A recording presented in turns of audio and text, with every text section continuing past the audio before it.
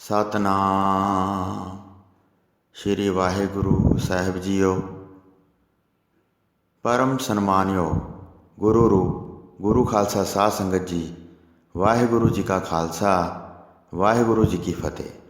चल रहे लड़ीवार प्रसंग धन धन श्री गुरु तेग बहादुर साहिब जी महाराज जी के अध्याय 56वें विच अज आपां गुरु जी का बाग विच निवास इसका प्रसंग सरवण करांगे।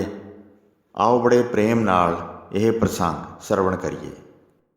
धन श्री गुरु तेग बहादुर साहिब जी चलदे चलदे सासराम चाचे फग्गो के घर जाना चाहते सन, जिहड़ा कि उन्हां नूं बड़े लंबे समय तो बड़ी प्रीत नाल उड़ीक रहा सी। अपने सिख का प्रण पूरा करने वास्ते गुरु जी जा रहे सन। माता नानकी जी अपनी नौह समेत डोलियां पालकियां अते रथां विच शोभ रहे सन। चलद्यां चलद्यां करमनाशा नामी नदी राह विच आई। उत्थे आके वगदे जल नूं वेख्या, उत्थे उतारा करके इशनान किया। जिहड़ा स्थान अपवित्र सी, सतगुरु जी के स्पर्श नाल वो स्थान पवित्र हो गया। उस तीरथ का महादोष खत्म हो गया। फिर गुरु जी ने संतां फकीरां नूं बचन किया। एक त्रिशंकु नामी महान राजा सी। ऋषियां मुनियां ने कईयां तीर्थां का जल इकत्र किया ते उस राजे नूं उस जल नाल इशनान करवाया। इस करके इस नदी नूं करमनाशा कहते हैं। हुण ये नदी कुकर्म विनाशा हो गई है, भाव यह कुकर्मां का विनाश करने वाली पवित्र नदी बन गई है। उस स्थान तो चल के सतगुरु जी अगे चले गए ते सासराम नगर दे विच पहुँच गए। कहण लगे, सारे पिछे आओ, राह विच हौली हौली चलो, असी अगे जाके कुछ कारज करना है। सीधे चाचे फग्गो के घर चले गए ते उसकी प्रतिज्ञा पूरी की। एक चाचा फग्गो नाम का सिख सी, जो गुरु जी की कार भेट की सेवा करया करता सी। वह सारे सिखां तो कार भेट लिया के गुरु जी नूं अर्पण करया करता सी। उसने अपने घर का बाहरला दरवाज़ा बहुत वड्डा लवाया सी ते अपने प्रेम की डोर नाल गुरु जी नूं खिंच के मंगवा लिया। घोड़े ते चढ़े हुए ही घर के विहड़े विच आ गए। जिस तरह चाचे फग्गो ने प्रीत वधा के प्रण धारण किया सी। श्री गुरु तेग बहादुर साहब बड़े उच्चे घोड़े ते चढ़े चढ़ाए घर के विहड़े विच दाखिल हो गए। गल विच तलवार ते तीरां दा पत्था शोभ रहा सी। हथ विच बहुत भारी धनुख फड़िया होया सी। घोड़े उत्ते चढ़े हुए ही अंदर दाखिल हो गए ते विहड़े विच खड़े शोभ रहे सन। गुरु जी का तेज वेख के चाचा फग्गो ने चरण बंदना की। चाचे फग्गो का तुरंत हिरदा चाह नाल उछल पिया, जिवें सागर चंद नूं वेख के उछाले मारदा है। फिर उसने गुरु जी की बहुत ही प्रेम धार के सेवा की। बहुत सिख गुरु जी के पास आके उन्हां दे दर्शन करते सन अते गुरु जी के सुख देने वाले वचन सुनते सन। जो भी जिस ने गुरु जी वास्ते रखिया सी, ओह अभिलाषा पूरी होण ते अर्पण करते सन। सब सिखां दे हिरदियां दे मनोरथ पूरे करते सन। उत्थे ही एक चाचे फग्गो नाम का सिख सी, जो गुरु जी की बहुत सेवा करया करता सी। सतगुरु जी ने चाचे फग्गो नूं बुला के हस के कहा, सिखां दे घर तो कार भेट लैके तुसीं एक थां इकट्ठी करते हो, ਉਹ हुण आके अर्पण करो, असीं हुण अगे जाना चाहुंदे हां। हथ जोड़ के फग्गो ने सारी गल सुनाई। जो कार भेट मैं पहलां इकट्ठी कीती सी, ਉਹ मैं सारी गिण के पैसे पैसे तक बहुत बार हुंडी बना के आप जी के पास पहुँचाता रहा हाँ। आप पासों कोई भी गल गुझी नहीं है।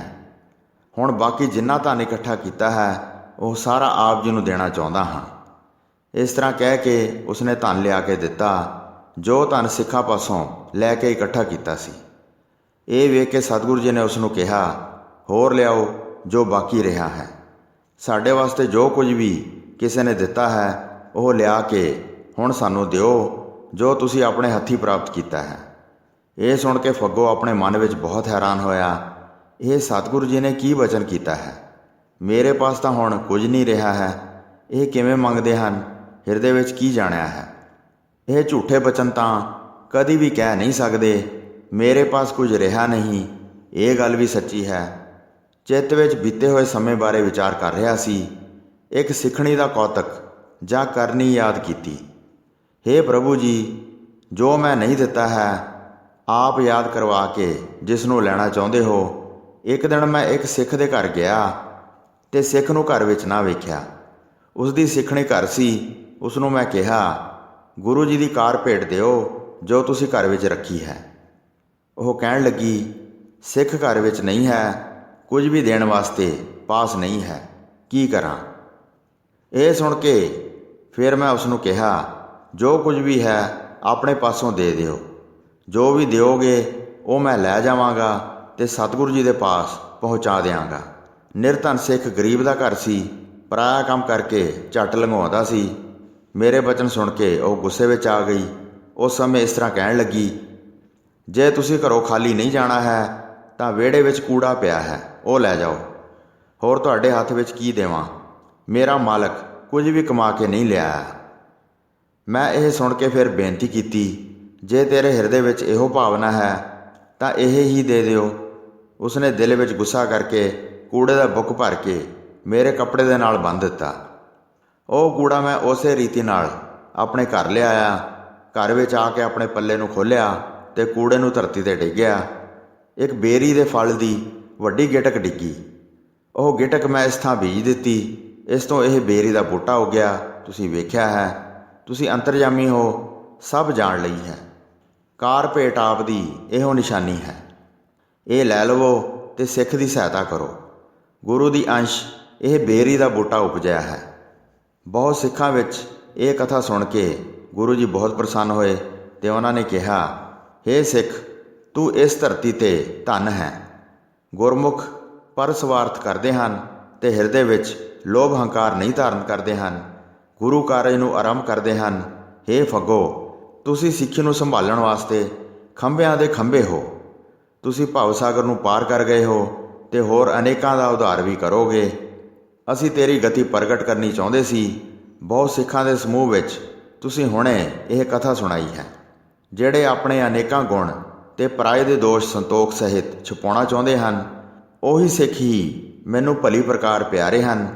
ਹਰ ਸਾਹ ਵਿੱਚ ਉਹ ਮੇਰਾ ਸਿਮਰਨ ਕਰਦੇ ਹਨ। ਹੇ ਭਾਈ ਫੱਗੋ, ਤੂੰ ਇੱਕ ਗੁਰਮੁਖ ਸਿੱਖ ਹੈ। ਭਵਿੱਖ ਵਿੱਚ ਜਿਹੜੇ ਸਿੱਖ ਤੇਰੀ ਇਹ ਕਥਾ ਸੁਣਨਗੇ, ਉਹਨਾਂ ਨੂੰ ਸਿੱਖੀ ਪ੍ਰਾਪਤ ਹੋਵੇਗੀ। ਕਾਮ, ਕ੍ਰੋਧ, ਹੰਕਾਰ ਆਦਿ ਕੁਝ ਵੀ ਨਹੀਂ ਰਹੇਗਾ। ਇਹ ਸੁਣ ਕੇ ਸੰਗਤ ਨੇ ਬਚਨ ਕੀਤੇ। ਜਦ ਉਹਨਾਂ ਨੇ ਗੁਰੂ ਜੀ ਦੀ ਆਨੰਦ ਦਾ ਪ੍ਰਕਾਸ਼ ਕਰਨ ਵਾਲੀ ਮਹਿਮਾ ਜਾਣੀ, ਫਿਰ ਹੱਥ ਜੋੜ ਕੇ ਉਹਨਾਂ ਨੇ ਬੇਨਤੀ ਕੀਤੀ, ਹੇ ਪ੍ਰਭੂ ਜੀ, ਸਾਡੀ ਭਾਵਨਾ ਪੂਰੀ ਕਰੋ। ਕੁਝ ਸਿੱਖਾਂ ਨੇ ਮਿਲ ਕੇ ਪ੍ਰੇਮ ਨਾਲ ਤੁਹਾਡੇ ਵਾਸਤੇ ਬਾਹਰ ਇੱਕ ਬਾਗ ਲਾਇਆ ਹੈ। ਆੜੂ, ਅਮਰੂਦ ਅਤੇ ਅੰਬਾਂ ਦੇ ਦਰੱਖਤ ਹਨ। ਬ੍ਰਿਛਾਂ ਨੂੰ ਜਲ ਨਾਲ ਤਰ ਕੀਤਾ ਹੋਇਆ ਹੈ। ਚਾਰੇ ਪਾਸੇ ਹਰੀ ਹਰੀ ਘਾਹ ਖੜੀ ਹੈ। ਵੇਖਦਿਆਂ ਮਨ ਨੂੰ ਚੰਗੀ ਤਰ੍ਹਾਂ ਮੋਹਿਤ ਕਰਦੀ ਹੈ। ਰੰਗ ਬਰੰਗੀ ਵੱਡੀ ਫੁਲਵਾੜੀ ਖਿੜੀ ਹੈ। ਜਲ ਪਾ ਕੇ ਵਾੜੀ ਪਾਲੀ ਹੈ। ਬਾਗ ਦੇ ਵਿੱਚ ਸੁੰਦਰ ਚੁਕੌਨਾ ਥੜਾ ਹੈ। ਫਲਾਂ ਸਹਿਤ ਧਰਤੀ 'ਤੇ ਬ੍ਰਿਛ ਲੱਗੇ ਹਨ। ਆਪ ਜੀ ਉਸ ਥਾਂ ਜਾ ਕੇ ਚਰਨ ਪਾਓ। ਫਲਾਂ ਸਹਿਤ ਬਾਗ ਨੂੰ ਭਾਗਾ ਭਰਿਆ ਬਣਾਓ। ਇਸ ਤਰ੍ਹਾਂ ਦਾਸਾਂ ਦੀ ਬੇਨਤੀ ਸੁਣ ਕੇ ਤੇ ਸਾਰੀ ਸੰਗਤ ਦੀ ਪ੍ਰੀਤ ਜਾਣ ਕੇ ਘੋੜਿਆਂ ਉੱਤੇ ਕਾਠੀਆਂ ਪਵਾਈਆਂ ਤੇ ਆਪਣੇ ਸਿੱਖਾਂ ਸਹਿਤ ਤਿਆਰ ਹੋ ਗਏ। ਘੋੜਿਆਂ 'ਤੇ ਚੜ੍ਹ ਕੇ ਉਸ ਪਾਸੇ ਵੱਲ ਚਲੇ ਗਏ। ਅੱਗੇ ਭਲੀ ਪ੍ਰਕਾਰ ਕੀਰਤਨ ਹੋ ਰਿਹਾ ਸੀ। ਬਹੁਤ ਸੰਗਤ ਭਜਨ ਕਰ ਰਹੀ ਸੀ। ਗੁਰੂ ਜੀ ਦੇ ਉੱਥੇ ਪਹੁੰਚਣ 'ਤੇ ਉਹਨਾਂ ਨੇ ਦਰਸ਼ਨ ਕੀਤੇ। ਜਦ ਗੁਰੂ ਜੀ ਬਾਗ ਵਿੱਚ ਚੱਲ ਕੇ ਪਹੁੰਚੇ ਤਾਂ ਚਾਰੇ ਪਾਸਿਆਂ ਤੋਂ ਸਿੱਖਾਂ ਨੇ ਜੈ ਜੈਕਾਰ ਕਰ ਦਿੱਤੀ। ਜਿੱਥੇ ਸੁੰਦਰ ਸਥਾਨ ਬਣਾਇਆ ਸੀ, ਉੱਥੇ ਜਾ ਕੇ ਸਤਿਗੁਰੂ ਜੀ ਨੇ ਉਤਾਰਾ ਕਰ ਲਿਆ। ਫਿਰ ਉੱਥੇ ਲਿਆ ਕੇ ਇੱਕ ਸੁੰਦਰ ਪਲੰਗ ਡੁਹਾਇਆ ਤੇ ਚਾਰੇ ਪਾਸੇ ਵਿਛਾਉਣੇ ਵਿਛਾ ਕੇ ਫਰਸ਼ ਤਿਆਰ ਕਰ ਦਿੱਤਾ। ਆਨੰਦ ਸਹਿਤ ਗੁਰੂ ਜੀ ਉੱਥੇ ਬੈਠ ਗਏ।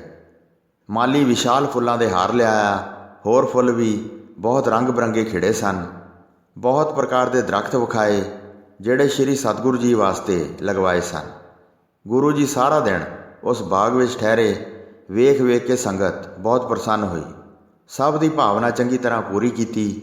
ਜਿਹੜੇ ਵੀ ਆਪਣੇ ਦਿਲ ਵਿੱਚ ਮਨੋਰਥ ਧਾਰਨ ਕਰਦੇ ਸਨ, ਇੱਧਰ ਉੱਧਰ ਆਪਣੀ ਨਜ਼ਰ ਨੂੰ ਘੁਮਾਉਂਦੇ ਸਨ, ਬਾਗ ਦੀ ਸਾਰੀ ਬਣਤਰ ਨੂੰ ਵੇਖ ਰਹੇ ਸਨ। ਸਿੱਖਾਂ ਦਾ ਬਹੁਤ ਪ੍ਰੇਮ ਜਾਣ ਕੇ ਗੁਰੂ ਜੀ ਨੇ ਬਚਨ ਕੀਤਾ, ਤੁਸੀਂ ਨਿਹਾਲ ਹੋ ਗਏ ਹੋ। ਸ਼ਾਮ ਹੋਣ 'ਤੇ ਗੁਰੂ ਜੀ ਸਾਰੀ ਸੰਗਤ ਸਹਿਤ ਘੋੜਿਆਂ 'ਤੇ ਸਵਾਰ ਹੋ ਗਏ। ਹੌਲੀ ਹੌਲੀ ਫਿਰ ਨਗਰ ਵਿੱਚ ਆ ਗਏ। ਸਿੱਖ ਅਨੇਕ ਪ੍ਰਕਾਰ ਦੇ ਮਨ ਭਾਉਂਦੇ ਉਤਸਵ ਕਰ ਰਹੇ ਸਨ। ਇੱਕ ਧਰਮਸ਼ਾਲਾ ਵਿੱਚ ਜਾ ਕੇ ਉਤਾਰਾ ਕੀਤਾ, ਜਿਹੜੀ ਸਾਰੀ ਸੰਗਤ ਨੇ ਮਿਲ ਕੇ ਬਣਾਈ ਸੀ। ਫਿਰ ਗੁਰੂ ਜੀ ਸੁੰਦਰ ਪਲੰਗ ਉੱਤੇ ਬਿਰਾਜ ਗਏ। ਦਰਸ਼ਨ ਕਰ ਕਰਕੇ ਸਿੱਖਾਂ ਦੇ ਪਾਪ ਦੂਰ ਹੋ ਰਹੇ ਸਨ। ਦੀਪਕ ਬਾਲ ਕੇ ਆਰਤੀ ਦੀ ਸਾਜਨਾ ਕੀਤੀ। ਬਹੁਤ ਸੰਖਾਂ ਦੇ ਵੱਜਣ ਦੀ ਧੁਨੀ ਦੀ ਗਰਜ ਹੋਈ। ਫੁੱਲਾਂ ਦੀ ਵਰਸ਼ਾ ਵਰਸਾਉਂਦੇ ਸਨ।